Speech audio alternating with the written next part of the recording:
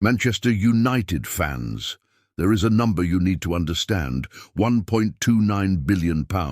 That was the total amount Manchester United owed at the end of 2025 when the club's debt and other major liabilities were combined. And here's why this matters. This isn't simply a story about transfers. It isn't simply a story about the Glazers. And it isn't simply a story about Sir Jim Ratcliffe. It's the financial reality facing Manchester United. The club reported an operating profit of £32.6 million for the 6 months ending December 2025. But despite that profit, the total amount owed was approaching £1.3 billion. United had also drawn another £25 million from its revolving credit facility. So, the question is obvious: how did Manchester United get here?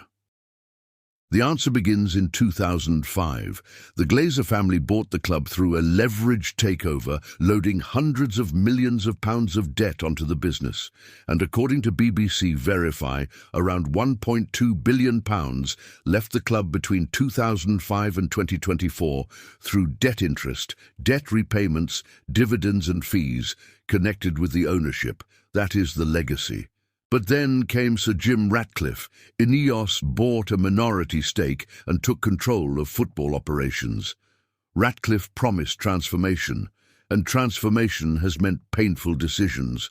Hundreds of jobs were cut, costs were reduced, ticket prices increased, and Ratcliffe has repeatedly argued that United had to become financially sustainable. But here's the uncomfortable part. The financial pressure hasn't disappeared. United's total obligations are still enormous, and the club is also planning a new stadium expected to cost billions. So who should United fans blame? The Glazers for the financial structure created in 2005? Ratcliffe for the decisions being made today? Or both, because Manchester United cannot simply spend its way out of this?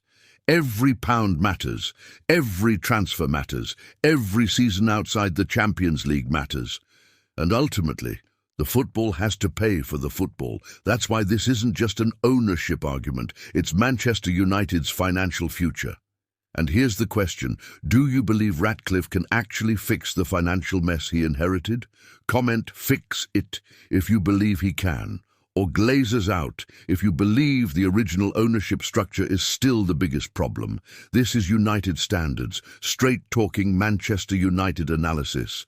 Glory, glory Manchester United.